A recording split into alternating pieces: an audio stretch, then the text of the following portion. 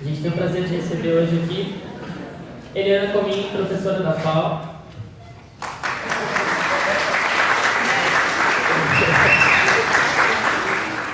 A Maria Beatriz Barbosa, que é mestranda na FAO e também trabalha no metrô.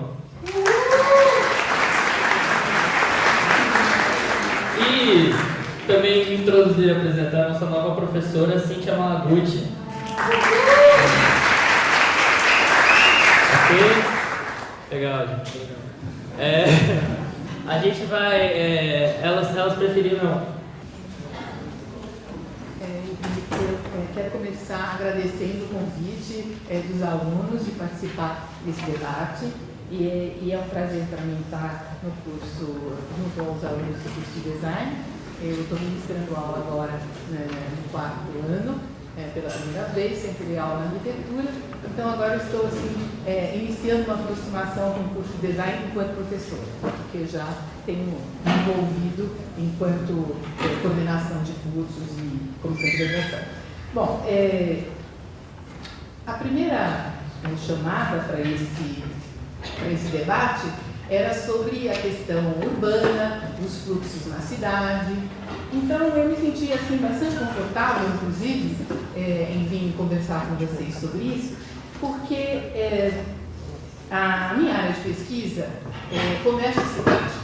E como vocês vão poder ver um pouquinho aqui, a questão da distribuição do comércio é responsável por uma grande parte de fluxos na cidade. E se a gente for olhar que o comércio tem uma relação de origem com a cidade, então é muito confortável estar falando sobre esse tema e levantando questões a respeito da cidade e da complexidade que hoje os centros urbanos nos oferecem e nos desafiam. Então, falar sobre fluxos urbanos. Na verdade, eu vou muito mais levantar questões que estão me inquietando e com as quais nós vamos ter que lidar daqui para frente, e inclusive porque os instrumentos atuais de gestão urbana, de planejamento urbano, não estão dando conta. Então eu vou levantar essas questões e mostrar para vocês, para que a gente possa refletir. Então aqui não tem nenhuma uma receita do que se deve fazer, como se deve fazer, e sim de como nós não estamos conseguindo dar conta. Então é um pouco nessa direção que eu vou trabalhar com vocês. Bom, se nós formos falar em fluxos urbanos, tá? Fluxos, de uma maneira geral, o que isso significa? A gente poderia falar em termos de deslocamento de pessoas, de bens e produtos, de mercadorias e, mais recentemente, para vocês não parece ser tão recentemente, mas para nós a questão do fluxo de informações. Então, isso é o que movimenta essa dinâmica toda urbana. Então, se nós olharmos ali, eu fiz um esquema, vamos dizer assim, que até a década de 70, 80 para nós, existia uma clareza muito grande nos usos urbanos. Nós tínhamos ali o morar, a indústria como grande fonte de emprego, a questão do abastecimento, consumo, o lazer e recreação, saúde, educação e cultura. São atividades que nós todos temos conhecimento nas áreas urbanas e que têm a seguinte relação: moramos e temos que nos deslocar para trabalho, ou na indústria, ou no comércio, ou mesmo nas atividades de recreação e lazer, ou em hospitais, em escolas. Não trabalhamos em busca de trabalho, ou nos deslocamos em busca de trabalho. Ao mesmo tempo, também há um deslocamento em busca de serviços, ou seja, vamos à escola estudar, vamos buscar lazer, vamos a teatro, cinemas, vamos consumir, vamos nos abastecer. Então tem um fluxo que não é de emprego, mas do atendimento às nossas demandas cotidianas. E teríamos ainda hoje, atualmente com mais ênfase, fluxos não cotidianos, os que estão relacionados muito aos eventos, principalmente em cidade como a nossa, que é uma cidade de negócios e cultural, de vida cultural muito intensa. Nós recebemos visitantes e, portanto, temos eventos, então temos fluxos que são gerados de forma não cotidiana. Então, isso mostra a importância e a movimentação dos fluxos. Aquele morar com o círculo vermelho ali é que existe também uma mobilidade de trabalho de residência para residência. Nós temos muita oferta de emprego na área doméstica, né, nas casas, e, portanto, dentro desse morar também existe uma oferta de emprego. Passa o próximo. Bom, hoje nós vamos ter uma situação um pouco mais complexa. Por exemplo, nós temos aí um grande morar, né, que é o amarelo. Moramos na cidade. Hoje se discute muito a questão do uso misto, já vou falar um pouco sobre isso. Então nós moramos, e aí? A indústria não é mais aquela indústria fordista que nós conhecemos, ela está misturada no meio da cidade. As confecções são um exemplo muito claro, a gráfica também é um exemplo muito claro. O abastecimento e o consumo está no nosso dia a dia, né? E nós gostamos de estar perto de todas essas atividades. O lazer e a recreação também se espalha pela cidade. E saúde, educação e cultura também. Então, hoje a gente vive, e quando se defende que o uso misto é importante para a melhoria da mobilidade urbana, na verdade, nós já vivemos numa situação de uso misto. Então, é essa mistura de cidade com fluxos que a gente não consegue saber mais de onde ele vem para onde ele vai. Mesmo as pesquisas de origem e destino do metrô, eles levantam para onde você está indo, etc. Mas concentradamente, como no passado, então nós temos ainda temos áreas industriais bastante definidas, mas já não tão com um consumo de mão de obra como no passado. Então nós temos empregos e morar e serviços pela cidade como um todo, e essa é uma tendência cada vez maior. Então essa é a primeira grande complicação, vamos dizer assim, que nós temos com relação ao meio urbano. Bom, se nós vamos fazer agora um paralelo, né, em o que era mais ou menos na década de 70 e 80 e o que nós estamos enfrentando hoje, nós vamos perceber que na época que vocês devem ter ouvido falar pelos professores do período fordista, em que nós tínhamos produção em massa, as indústrias fordistas eram grandes plantas que produziam um único produto em grande quantidade. Eu poderia dizer até que os produtos eram mais duráveis, eles não eram tão descartáveis como hoje, e, portanto, existia um conhecimento maior de onde vinha a produção e para onde ela ia. Se nós, na questão do emprego, por exemplo, como é que acontece hoje? Com a produção flexível, né, onde o processo de terceirização, ou seja, de terceirizar as atividades é muito intenso, nós não sabemos mais onde está esse emprego. Então, quer dizer, podemos saber onde é que está a maioria de oferta, mas aonde as pessoas trabalham? Então, se no passado a gente conseguia controlar, e mesmo lembrando as indústrias nas vilas operárias que nós tivemos aqui no Brasil, em São Paulo principalmente, nós tínhamos, os industriais tinham a indústria e ofereciam a moradia, que eram as vilas operárias. E, portanto, o trabalhador tinha que se submeter muito ao empregador. Por quê? Porque se ele perdesse o emprego, ele perdia também a casa. Então, havia uma clareza de ele mora aqui, trabalha aqui. Agora não acontece mais assim. Por exemplo, a mobilidade no emprego. Como é que nós vamos dizer que você vai morar próximo de onde você trabalha, se os empregos são móveis não só para baixa renda, mas também para alta renda? Você não sabe onde hoje os consultores vão ter os seus clientes. Então, a cidade o tempo inteiro, uma hora você está aqui, outra hora você está lá, e você então não pode associar, para diminuir o movimento e o fluxo, a sua moradia ao seu lugar de trabalho. Mais uma complicação é que na década de 70, para nós no Brasil, fora já era um pouco diferente, a mulher vai para o mercado de trabalho. Então você tem um casal, um trabalha num lugar, o outro trabalha no outro. Onde nós vamos morar? Né? Então não dá para você controlar a diminuição dos deslocamentos na cidade pelo uso misto. Existe toda uma ideia de que o uso misto ele vai melhorar, mas como é que você vai garantir que você vai criar emprego em determinado local numa cidade capitalista? Que os empreendedores vão onde eles acham que tem mercado de mão de obra, onde eles acham que tem as outras indústrias encadeadas com ele. Então não dá para você querer forçar uma política pública, vamos criar emprego em tal área da cidade. Existe isso, existem incentivos fiscais para isso, mas a gente sabe que as leis do mercado são muito mais fortes na questão dessa determinação. Então, a questão da mobilidade do emprego, ela é muito grande e gera um fluxo que a gente não consegue saber, inclusive, qual é o seu destino. Também, a gente poderia dizer que tem uma outra questão que nós poderíamos discutir, que é a ampliação do horário de trabalho. Hoje nós somos um mundo 24 horas, queiramos ou não, principalmente cidades como São Paulo.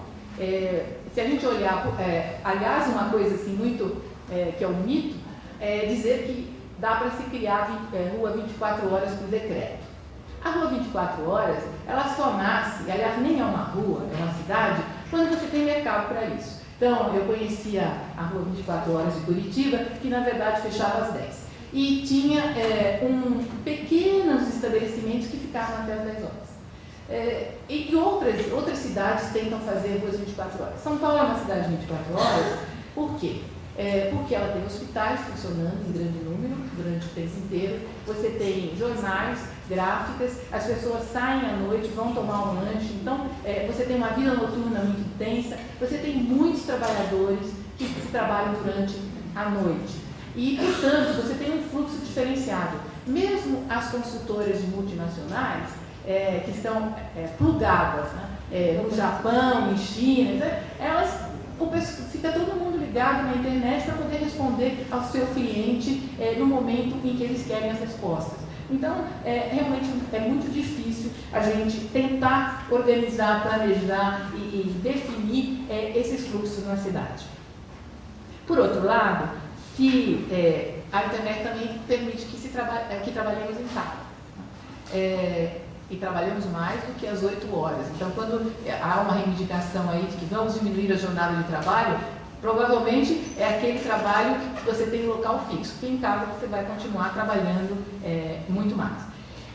Também, se nós não temos uma relação de trabalho, se a internet permite que a gente trabalhe em casa, que tenha menos contatos sociais, por outro lado, há um crescimento muito grande da necessidade de contatos sociais, de lazer, de recreação e de vida cultural. A cultura virou consumo, então tudo é consumo e portanto, as pessoas se deslocam, se reúnem e se movimentam na cidade o tempo inteiro, nas 24 horas e inclusive vão aparecendo lugares que nem previsto estava, né, como sendo uma atividade de lazer ou recreação noturna. De repente aparece uma nova casa noturna, muda de lugar, você tem os pontos que vão sucessivamente se transformando. Bom, com isso para dizer essa mobilidade do emprego que é muito difícil de você mapear, né, esses fluxos de deslocamentos em busca de trabalho. Com relação à educação, é interessante a gente observar que também no passado nós tínhamos muita clareza onde estavam as pessoas morando e se elas precisavam de escola, se elas precisavam de creche, se aquela praça estava resolvendo o problema das crianças. Só que a cidade, a parte física da cidade, a inércia, ela tem uma inércia de que não se modifica de acordo com a dinâmica urbana. Então, o que acontece? Uma população de determinado bairro cresce, envelhece, os filhos saem de casa e aí você tem escolas ociosas sem crianças, principalmente nas aulas mais consolidadas, e por outro lado você tem a periferia com escolas super congestionadas. Aí aparece o tal do transporte escolar, né, que é mais um fluxo na cidade, porque você tem que levar crianças para um determinado lugar para uma outra escola mais distante. E mais uma complicação nos fluxos já tão intensificados. E, portanto, a gente percebe que vai ter uma mudança muito grande no uso de algumas edificações, de algumas instituições públicas e, por outro lado, o setor privado, seja de escola, seja de hospital, ele vai se colocar onde as necessidades são mais altas e vão se estabelecer em habitações adequadas, assim, de forma improvisadas para as escolinhas, e aí vai parar em fila dupla, aí não tem lugar para estacionar, e aí mais congestionamentos na cidade. Bom, aí entrando na questão do abastecimento, né? num determinado momento da nossa vida cotidiana, o abastecimento, ou seja, o comércio estava diretamente relacionado ao abastecimento, ou seja, produtos de primeira necessidade, alimentação, eventualmente um vestuário ou um mobiliário, mas atualmente, com a produção flexível, em que você tem uma quantidade enorme de produtos sendo jogados no mercado, com uma mudança de estilo, de design, de tecnologia, e aí as pessoas querem sempre comprar novos produtos, há uma descartabilidade muito grande, e aí vai modificando a nossa relação com o abastecimento ou com o consumo. Na questão do comércio, né, como eu já disse, me é mais próximo, nós poderíamos ter vários tipos de compras que vão gerar formas de deslocamentos diferenciadas, seja da frequência, do cotidiano, que já não é mais a mesma coisa. Então, por exemplo, quando nós vamos imaginar que o setor bancário é um exemplo muito bom, porque em um determinado momento na nossa vida, na década de 70, 80, um banco era um sinal de que aquela cidade tinha mudado de status. Então, você ter uma agência do Banco do Brasil numa cidade significava que o desenvolvimento estava chegando lá. Mas você ia raramente ao banco. Na década de 80, a nossa vida passou a ser ir ao banco cotidianamente. Tínhamos que ir enfrentar as filas para o pagamento, porque a internet ainda não estava tão divulgada. Então, houve uma proliferação de agências bancárias pelo país inteiro, e no mundo também. De repente veio a internet, pagamento online, etc., que aconteceu uma retração, e hoje o banco deixou de ser a nossa ida cotidiana, houve uma retração de agências bancárias e uma concentração em alguns pontos para negócios, muito mais do que atendimento ao consumidor. Então, a frequência com que a gente tem que se deslocar também está diretamente relacionada à tecnologia. Se nós olharmos também a questão de como a cidade é usada, deslocamentos. No passado, nós tínhamos uma indústria, como eu disse, fordista, que produziam lá determinados bens, mandavam para a loja tinha uma área de estoque enorme, então ela tinha um descarregamento assim, cada 2, 3 meses, até desovar todo aquele estoque de televisão, e então tinha um movimento de vans na cidade. Hoje, não existe mais estoque próximo às lojas. E o que acontece? Há uma rotatividade muito grande, os produtos são feitos por tamanho definido, modelos definidos em poucas quantidades, então aquelas vans distribuindo as mercadorias, vão para uma loja, deixam lá, no dia seguinte acabou o estoque, vai de novo, e assim, sucessivamente na cidade, nós vamos tendo uma mudança na questão do abastecimento e também na necessidade de deslocamentos na cidade. E, portanto, isso é uma forma como nós vamos ter que enfrentar essas novas mudanças. Com relação... eu queria passar uns slides na sequência, só para ilustrar um pouco essa questão do comércio. Se a gente for olhar desde a antiguidade, nós vamos perceber a importância do aglomerado de pessoas para a questão do mercado. Na verdade, o que nasceu primeiro foi o fluxo e não o comércio. Por quê? Vocês estão vendo nessa imagem aqui em branco e preto? Ali no meio tem uma fonte de água. A fonte de água era a nossa grande âncora, né? Se nos shopping centers hoje são as lojas de departamento ou os eventos, naquela época a fonte de água potável era uma grande âncora. E aí as pessoas iam beber água, tirar água potável, e aí começam a aparecer os ambulantes, que a gente conhece muito bem na cidade. É só ter algum evento, ou uma estação de metrô, um terminal de ônibus, já apareceu o comerciante ali, o ambulante, para usufruir desse fluxo. Passa o próximo. Mais 10 minutos. Tá bom. Então, aqui eu vou mostrar uma questão de comércio de produtos de necessidade básica. Passa o próximo. Pode passar outra. Outros tipos de comércio ainda de primeira necessidade. Próximo. A compra necessária é aquela que você vai com a intenção de comprar. Portanto, você sai de casa com essa intenção. Por isso que algumas compras têm o estacionamento na frente, e por isso que os próprios shoppings estão abrindo lojas para fora, porque são lojas como farmácia, ou videolocadoras, em que você vai, pega e sai e vai embora. Então, tem toda uma dinâmica diferenciada, por favor. Outros exemplos. A compra por impulso, que é uma compra importante, que está muito relacionada com os camelôs, você passa, vê e compra. É como pipoca na frente do cinema, né? A gente compra por impulso. Pode passar. Mais algumas? Mais algumas onde a gente tem um fluxo muito intenso. Mais algumas? Pode passar? Mais uma? Mais uma? Pronto, agora. Bom, e agora, tentando fechar, que eu já só tenho 10 minutos aqui, 9, né?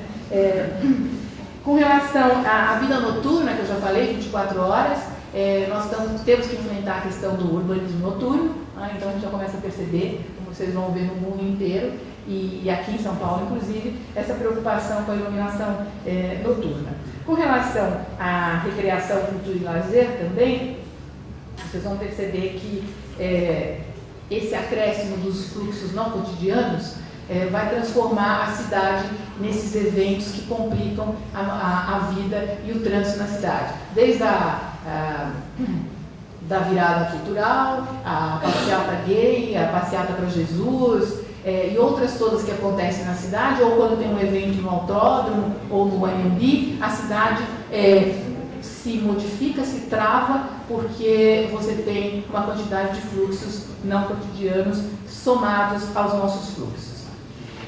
Também, e agora, mais o grande problema também que a gente enfrenta é que são a questão das migrações. Todas as grandes cidades, todos os lugares onde são muito dinâmicos e que nós temos muito problema, nós temos muito problemas porque nós temos muitas oportunidades.